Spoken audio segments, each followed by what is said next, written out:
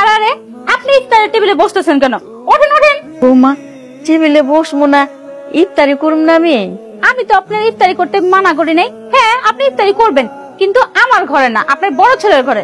আজকে এই জায়গাতে আপনার খাওয়ানোর সারাদিন, আপনার মনে নাই? এটা তো কেমন কথা কইতাছে বৌমা? কি কইতাছি মানে?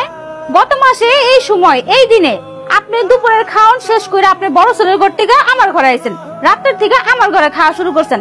সেম আজকে একই হইব, আমার ঘরে দুপুরে খাইছেন, এখন থেকে আপনার বড় ছেলের ঘরে খাবেন। কেন, আমি কি ফকির মিসকিনের জন্য ভান্ডার খুলে রাখছি? ঠিক আছে বৌমা, আমার আর তোমার এক বেলা বেশি খাওয়াইতে হইব না, আমি যাইতাছি। যান যান। চাচা, আমার কি 50 টাকার খেজুর দেয়া যায়? এখন 50 টাকার খেজুর বাবা দেওয়া যাবে না, ইফতারের টাইম, বেচা কিনির টাইম, তুমি একটু দূরে যাও পরে। চাচা, আপনি তো ভালো করে জানেন আমি গরিব মানুষ, এত দামি খেজুর কেনা, এত দামি তরমুজ কেনার আমার কোনো সামর্থ্য নাই। আমার মাইয়াটা আজকাল জীবনের প্রথমবার রোজা আছে, আমারে বারবার কইছে আব্বা আসার সময় খেজুর আর তরমুজ নিয়ে আসবা। চাচা, আজকে সারাদিন রোজা থেকে এত কষ্ট করে ভাড়া মারছিলাম, 550 টাকার ভাড়া মারছি। মাহাজান কি করছে জানেন? আমার কাছ থেকে 500 টাকা নিয়ে নিছে, আমার এখানে 50 টাকা দিছে। এই 50 টাকা দিয়ে আমি কি করব, কোনো উপায় পাইতেছিলাম না। আমি তো গঞ্জে থেকে আপনাকে ফলমূল যা কিছু লাগে আমার ভ্যানটাই নিয়ে আসি, আপনি কোনো চিন্তা করেন না, আমি ভাড়া মাইরা সব টাকা পরিশোধ করে দিব। আচ্ছা যাক, আমি তোমার কথা সব শুনতে পারছি। এখন আমি তোমার 200 টাকার খেজুর দিয়ে দিলাম, আর আমার রাখা তরমুজটা থেকে অর্ধেক দিয়ে দিলাম, নিয়ে যাও। কাকা, আজকে আপনি আমার অনেক বড় একটা উপকার করলেন। আমার মাইয়ের সামনে আমার মান সম্মান ইজ্জত সবকিছু আপনি বাড়াইয়া দিছেন। কি সুমা, তুমি এখানে বসে কান্নাকাটি কেন করতেছ? বাবারে, ইফতারের সময় টেবিলে যায় বসছি, তোর ছোট ভাইয়ের বউ আমারে উঠায় দিছে, কয় অগো ঘরে নাকি আমার খাওয়ার টাইম শেষ হয়ে গেছে, একটা বেলা আমারে বেশি খাওয়াইতে পারবো না। মা, তাতে কি হয়েছে? তোমার বড় পোলা কি মরে গেছে? আমি তো বাইসা আছি, আমি বাইসা থাকতে এত চিন্তা করো না, তো কান্নাকাটি করো না। আসো। আবা, তুমি আমার লাগি তরমুজ নিয়ে আইছো? মা, তুমি যাও তাড়াতাড়ি করে না আমার লাগি তরমুজ কেটে নিয়ে আয়ো। আচ্ছা, টানতাছি। বাজারে কি আজকাল তরমুজ এইভাবে কাইটা বেছে নাকি? এইসব নিয়ে তোমার লগে পরে কথা হইব, তরমুজটা কাইটা নিয়ে আসো। মা, তুই এবার ঈদে কি নিবি? না, তেমন শুধু নিবো না, শুধু একটু জামা নিবো। শোনো, ওই জামা পরে না আমি সারা এলাকা ঘুরবো ঈদের দিন।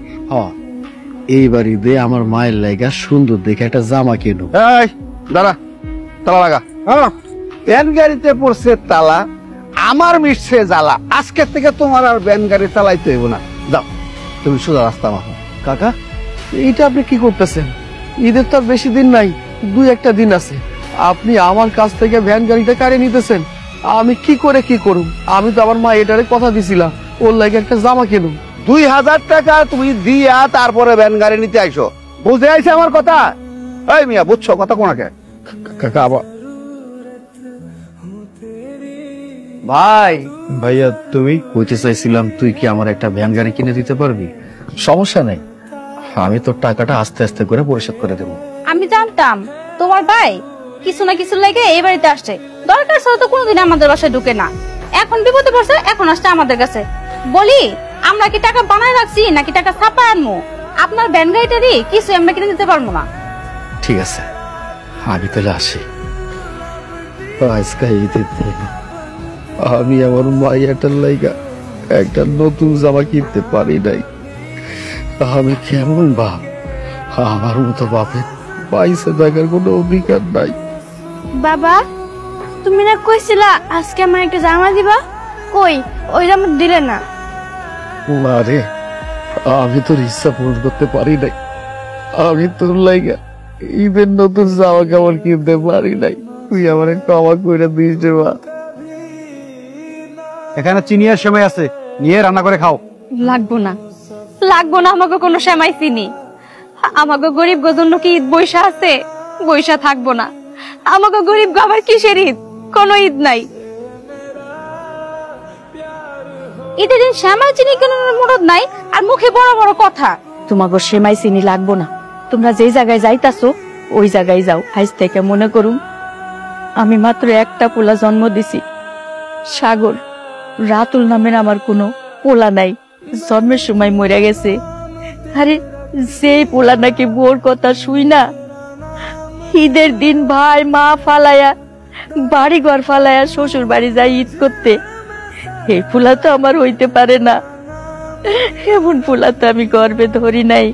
তোর চোখের সামনে তোর বড় ভাইটা খায়া না খায়া দিন পার করতেছে, এতটুকু একটা বাচ্চা মাইয়া লয়া। কই একদিন তো খোঁজ নিলি না? রমজান মাস, আমার ভাই ভাবি আমার মাটা কি খাইতাছে, কই খোঁজ নেস নাই তো। আর এখন ঈদের দিন তুই ব্যাগ বইরা কাপড় চোপড় নিয়ে তোর শ্বশুর বাড়ি যাইতাছস, 14 গোষ্ঠীর লাগে মার্কেট করে লয়ে যাইতাছস। যা, তুই খুশিতে ঈদ কর। এই চলো তো, এত কথা শোনার সময় নাই, বাবা মা অপেক্ষা করতেছে। দাদু ভাই, এই নাও, এটা তোমার জন্য আনছি। কি রে দি, তুমি আমার কাছে জামা আনছো? তুমি এই জামাটা কি দিয়ে কিনছো? এটা তো রমজান মাস চলতেছে, কত দিলালা মানুষ যাকাত ফিতরা দিতেছে। আমি মানুষের দুয়ারে দুয়ারে হাত পাচ্ছি, মেলা টাকা পাইছি জানো, তাই দিয়ে আমার দাদু ভাইয়ের জন্য এই জামাটা কিনছি। ওই দে রান্নাঘরে বস্তা রাখা আছে, ওর মধ্যে সব আছে। তাহলে তো সবকিছু হয়েই গেল। মা, আপনারা সবাই মিলা গোসল করে আসেন, আমি রান্নার ব্যবস্থা করি।